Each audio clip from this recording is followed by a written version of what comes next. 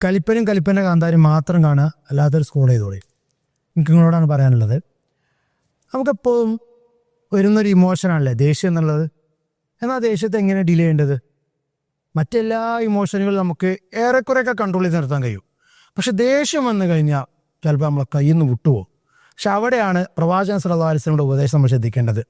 ഒരു സ്വഹാബി എന്നിട്ട് പറയാണ് പ്രവാചകനോട്, പ്രവാചകൻ എന്നെ ഒന്ന് ഉപദേശിച്ചാലോ? പ്രവാചകൻ കൊടുക്കുന്നുണ്ടോ? നീ ദേഷ്യപ്പെടരുത്. 3 തവണയായിട്ട് അത് ആവർത്തിച്ചത്. നീ ദേഷ്യപ്പെടരുത്, നീ ദേഷ്യപ്പെടരുത്, നീ ദേഷ്യപ്പെടരുത്. ഇതുപോലെ തന്നെ മറ്റൊരു സന്ദർഭത്തിൽ പ്രവാചകന് മറ്റൊരു ഹദീസുണ്ട്. ലൈസ ശദീദു ബി സുർഅത്തിൻ.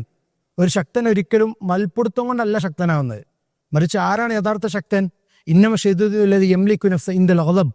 ദേഷ്യം വരുമ്പോൾ ആ മനസ്സിനെ പിടിച്ചെടുത്താൻ കഴിയുന്നുണ്ടല്ലോ, അതാണ് ശരിക്കുള്ള ശക്തൻ.